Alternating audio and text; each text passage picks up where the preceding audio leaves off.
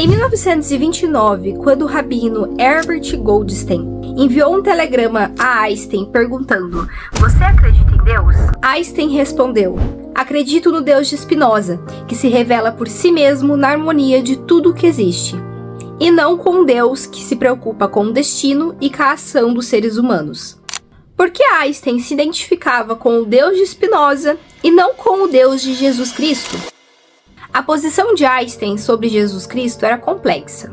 Ele nutria uma profunda admiração pela figura histórica e moral de Jesus, mas não aceitava sua divindade dentro da dogma cristã tradicional. Para Einstein, Jesus era o mestre da ética, mas não o filho de Deus no sentido teológico. Isso ocorre por alguns motivos principais, nos quais também se alinham com a visão de Spinoza sobre Jesus Cristo. Spinoza tinha um respeito profundo por Jesus, mas um desprezo total pelos dogmas criados em torno dele. No seu Tratado Teológico Político, Spinoza diz que Jesus não era um Deus, mas um homem que teve o maior grau de percepção intelectual da história. Ele diz que Jesus percebeu a verdade de Deus não por palavras ou visões, mas mente a mente. Para Spinoza, a mensagem de Jesus, ame o próximo, é a maior conclusão da razão. Se somos partes da mesma substância, odiar o outro é odiar a si mesmo. Jesus teria entendido a ética de Spinoza perfeitamente. Spinoza diria que Jesus usou parábolas, imaginação, porque o povo daquela época era ignorante e precisava de histórias para se comportar. O erro, para Spinoza, foi as pessoas terem transformado as histórias, o Jesus mágico, na verdade final, esquecendo a mensagem racional de amor e união que ele pregava. Para Baruch Spinoza, a concepção de Deus rompe radicalmente com a visão tradicional das religiões abraâmicas. Ele não descreve um criador antropomórfico, dotado de vontades, julgamentos ou emoções, mas sim uma substância única e infinita. Spinoza defende o monismo, a ideia que existe apenas uma substância no universo. Para ele, Deus e a natureza são a mesma coisa. Tudo o que existe é uma manifestação ou um modo dessa substância única. Diferente de um Deus transcendente que está além do mundo, o Deus de Spinoza é imanente. Ele é a causa interna de todas as coisas. Deus não tem livre-arbítrio no sentido humano. Ele age de acordo com as leis necessárias da sua própria natureza. Portanto, o mundo não poderia ser diferente do que é. Embora Deus seja infinito, Spinoza afirma que a mente humana só consegue identificar dois dos seus infinitos atributos: o mundo físico, a matéria, os corpos, e as ideias, a consciência, as leis lógicas.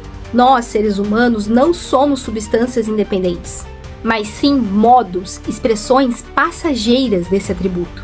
Uma pessoa é um modo do atributo extensão, corpo, e um modo do atributo pensamento, mente, simultaneamente. Um dos pontos mais polêmicos de Spinoza é a negação da teleologia, a ideia de que o universo tem um fim ou um propósito. Deus não criou o mundo para os humanos. Não existe bem ou mal absolutos no universo. Estes são conceitos humanos baseados no que nos ajuda e nos prejudica.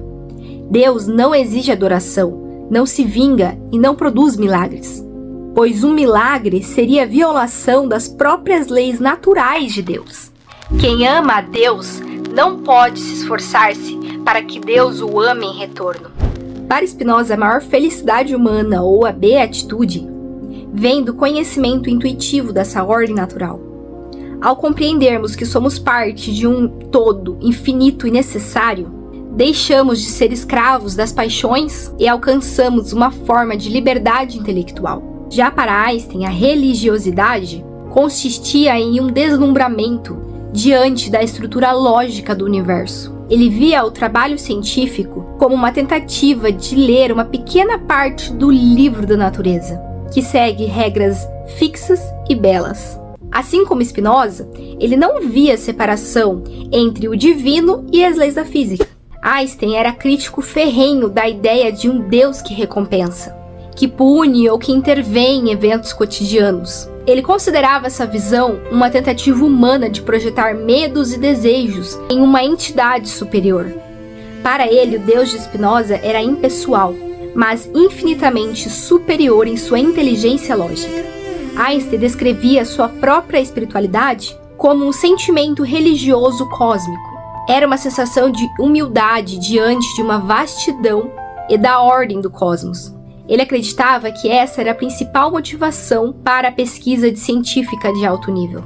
O desejo de entender a harmonia que Spinoza descreveu séculos antes. Para Einstein, a ideia de que Jesus poderia realizar milagres, ou que a sua ressurreição rompeu as leis da física, era inacreditável para ele. Para ele, o universo é racional e determinista. Intervenções divinas que suspendem a lei natural não faria sentido. Einstein via Jesus da mesma forma que via figuras como Buda ou Spinoza, como indivíduos que possuem uma percepção extraordinária sobre a vida e a convivência humana. Apesar dessa admiração, ele via o cristianismo institucional, as igrejas e dogmas, como algo que muitas vezes obscurecia os ensinamentos originais de fraternidade de Jesus. Para o pensamento cristão, Jesus é o mediador entre Deus e a humanidade. No sistema de Spinoza, na qual Einstein se baseava, não há necessidade de mediadores.